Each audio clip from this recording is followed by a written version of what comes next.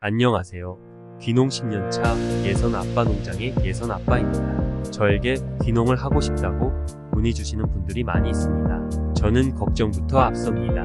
왜냐하면 정말 매력적인 길이지만 정말 험난한 길이거든요. 그래서 오늘 귀농하기 전 꼭 확인해야 할 5가지에 대해서 말씀드려 보겠습니다. 첫 번째는 자금입니다. 농사는 돈이다 라는 말을 꼭 기억하시기 바랍니다.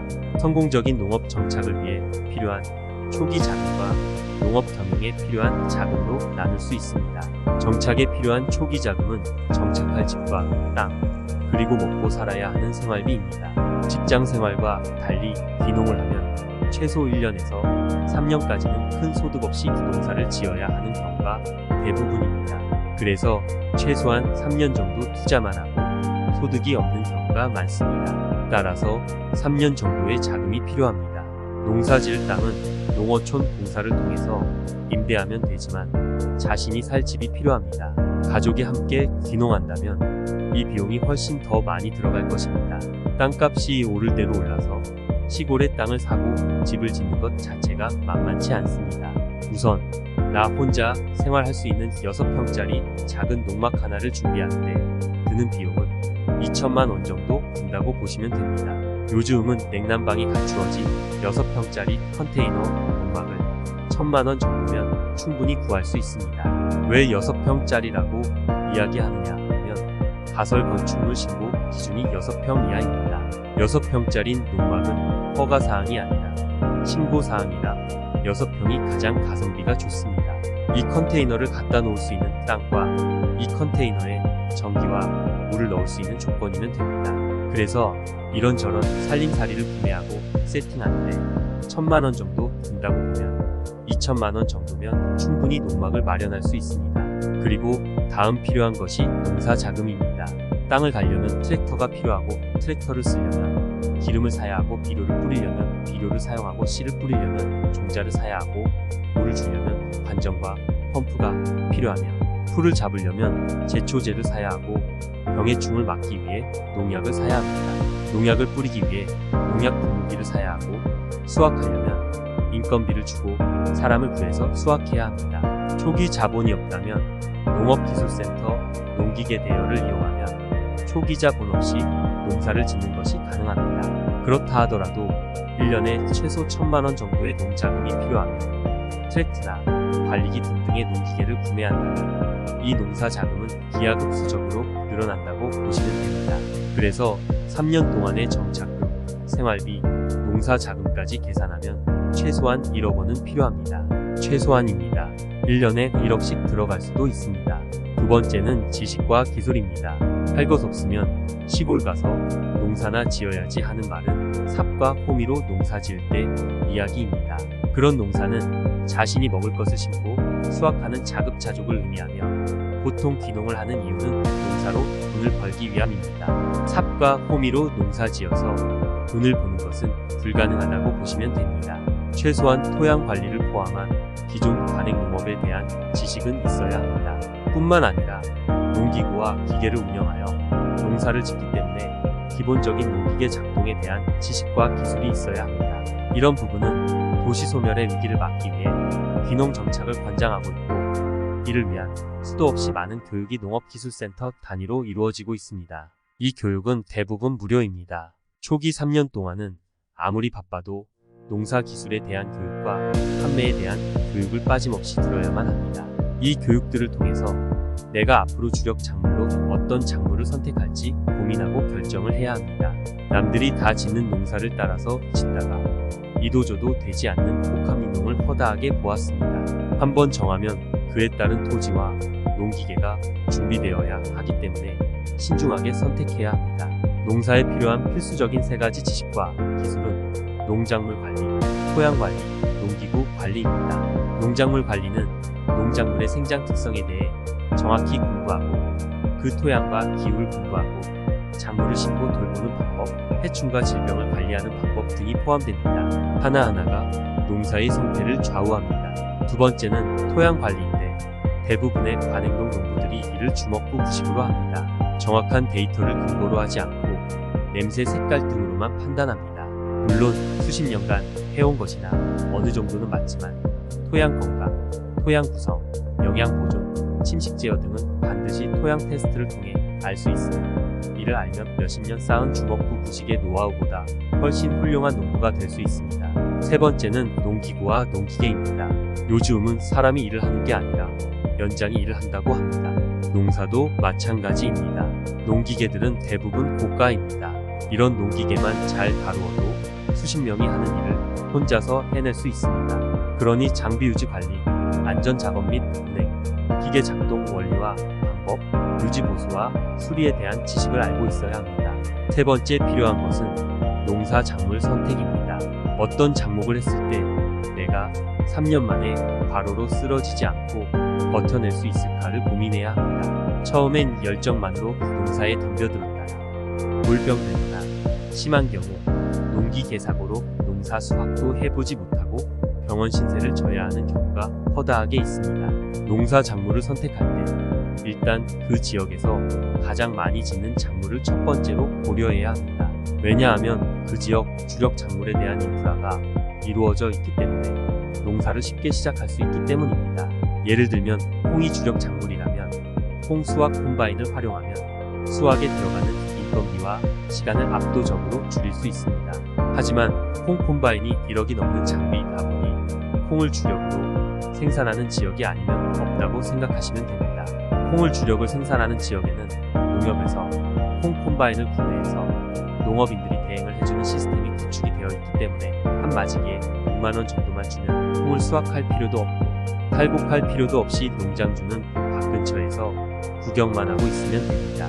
그리고 주력 작물에 대한 농협 공판장 수매 시스템이 이루어져 있기 때문에 농협조합원에 가입하면 쉽게 판매할 수 있습니다. 물론 아주 높은 가격으로 판매하고 싶다면 자기만의 브랜딩과 상품의 특장점을 온라인에서 구축하고 직접 판매를 해야 하죠. 그건 차차 할 일이고 귀농 처음에는 농사의 룰을 배워야 합니다. 또 주력 작물은 그 지역의 토양, 기후에 맞기 때문에 오래전부터 그 상품을 재배해온 것이라 뜻입니다. 그래서 정확한 콩 재배 토양 환경을 공부하고 토양 테스트를 통해 토양의 영양소 함량과 pH 수준을 확인하고 최적의 환경을 만들어 재배한다면 주변 농가보다 훨씬 많은 수확을 할 수 있습니다. 대다수의 농민들이 얼마만큼의 퇴비와 비료를 넣어야 할지를 경험치로만 판단하고 진행합니다. 귀농한 농부라면 이에 대한 공부와 정확한 데이터를 근거로 농사를 지어야 합니다.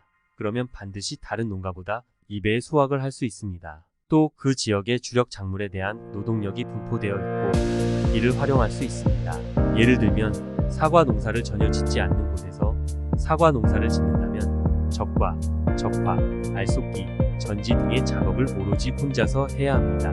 하지만 사과가 주력인 안동이나 청송에는 이를 작업할 수 있는 노동력이 풍부하게 분포되어 있어서 농사의 시기를 늦추지 않고 제때에 진행할 수 있습니다.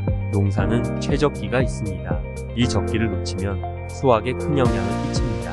그래서 반드시 해야 할 시기에는 모든 수단과 방법을 동원해서 이것을 해내야 합니다. 마지막으로 이 주력 작물에 대한 멘토를 구할 수 있습니다. 농업기술센터에서는 선도 농가와 신규 농가를 매칭해서 1대1로 코칭해주는 교육 시스템이 되어 있고 이를 활용하면 일정 수준의 급여를 받으면서 기술을 배울 수 있습니다. 이런 멘티멘토 사업은 전국 모든 시군구 농업기술센터에서 진행하고 있습니다. 그러면 베테랑 농부님께 맛있는 걸 사들고 가서 자주 친교를 나누고 형님 아웃 되어서 이 멘티멘토 사업에 함께 참여하는 것입니다. 멘토는 매월 40만원, 멘티는 매월 80만원 정도의 여비를 지급해줍니다. 물론 지자체마다 조금씩 차이 날 수 있지만 전국에서 매년 시행하고 있는 사업이니 꼭 알아보시기 바랍니다. 네 번째는 판로를 확보하라입니다. 농협 수매나 공판장 판매는 어처구니가 없는 경우가 많습니다. 농사만으로 돈을 번다는 것이 정말 어렵습니다. 때로는 투잡, 쓰리잡을 하는 농부도 꽤 있습니다.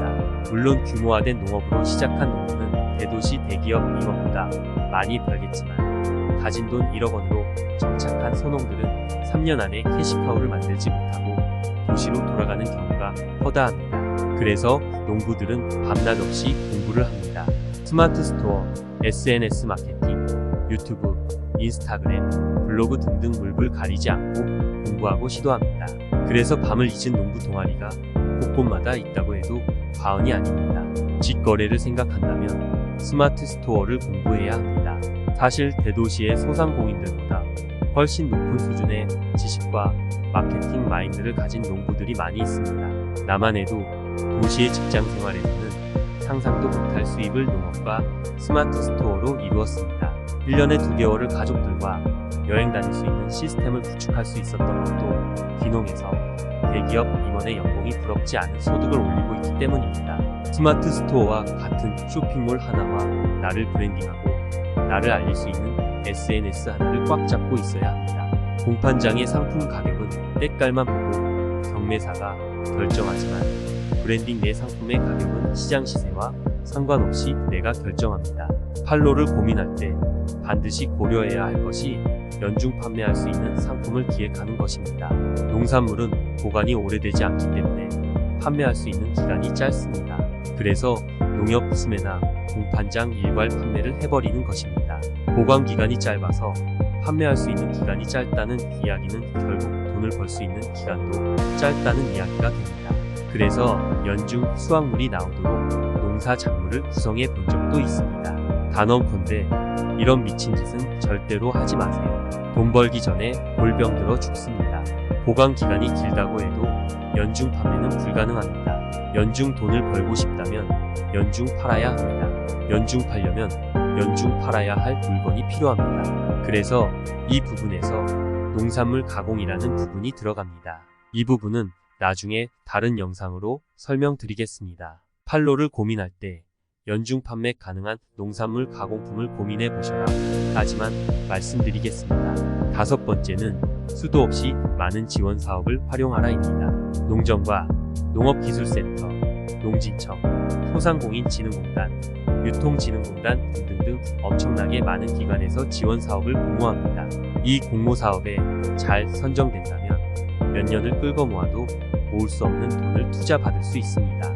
이를 잘 활용하면 농사가 아닌 농업 경영으로 업그레이드 할 수 있습니다. 귀농하기 전에 꼭 확인해야 할 5가지에 대해 알아보았습니다. 만약 제가 귀농할 때 누군가가 이런 이야기를 해주었다면 저는 이토록 고생하지 않았을 것 같습니다. 하지만 불행하게도 이런 이야기를 이렇게 쉽게 명료하게 이야기해주는 사람이 없어서 저는 이 모든 것을 시행착오를 통해 온몸으로 부딪혀서 깨달은 것입니다. 너무 고생을 많이 해서 지금도 귀농한다고 하면 다시 생각하라고 만류합니다. 제게 10년 전으로 돌아가서 귀농 선택의 기로에 놓였다면 귀농을 선택하겠는가 하고 묻는다면 저는 그 고생을 다시 하더라도 귀농을 선택할 것입니다.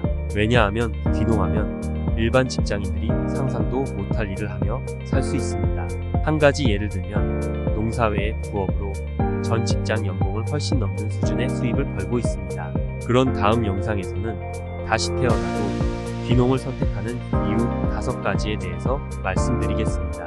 귀농을 조금이라도 쉽게 해보고 싶다면 좋아요, 구독, 알림 설정 부탁드립니다. 예선 아빠였습니다.